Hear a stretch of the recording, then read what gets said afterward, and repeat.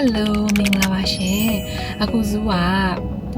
ဈေးရောင်းပွဲတော်တစ်ခုသွားမယ်ပေါ့နော်ຫນွေဥရာသီဈေးရောင်းပွဲတော်တဲ့ရခိုင်မြန်မာစားစာမျိုးစုံရမယ်ပေါ့နော်ဘာရမလဲဆိုတော့ရခိုင်မုံတီမုံဟင်းကငါးကင်ဝက်နံယိုကင်ဝကောင်းတော့အတုပ်စုံနန်းကြီးတော့ဖတိမချင်ပေါင်းနဲ့ဒူရင်ဒီမလာရှန်ကိုချမောင်ကျော်ရေခဲတုပ်ပရိကျော်ပေါက်စီကောက်ငင်းထုတ်ဒံပေါက်တင်မော်ဒီဟောက်လှော်စားတဲ့ပဲကြစံခောက်ဆွဲတုပ်ကြက်ပေါင်ကျော်ဆူရှီရွှေရင်အေးလက်ဖက်ရည်ကောက်ငင်းပေါင်းဘူးဒီကျော်နဲ့အကျော်ဆုံးပြီးတော့နောက်ယောဂတ်တို့မစ်ရှစ်တို့လည်းရမယ်ပေါ့နော်10နာရီကနေ6နာရီထိဒီနေ့ Sunday ဆိုတော့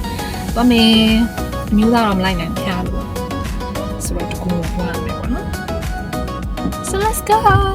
ကိုရပြနော်ဘလို့စားတော့ပြီးစုံလဲဆိုတာရှာပြီးဦးကနည်းနည်းအေးရကွယ်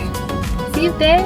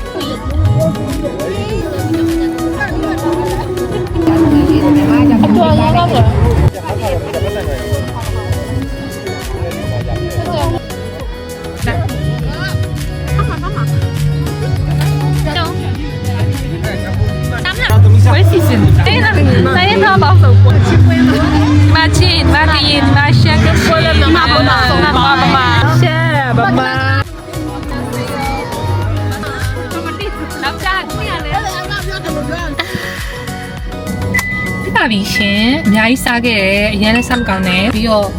မြန်မာစားတောက်တို့အစုံရဖို့ဆိုတာရှားတယ်နော်ဆိုတော့ကျွန်တော်နေစားခဲ့ကြော်ရီလည်းစားခဲ့တယ်ဝတာတုပ်တွေလည်းစားခဲ့တယ်တမုတ်ထောင်းလည်းစားခဲ့တယ်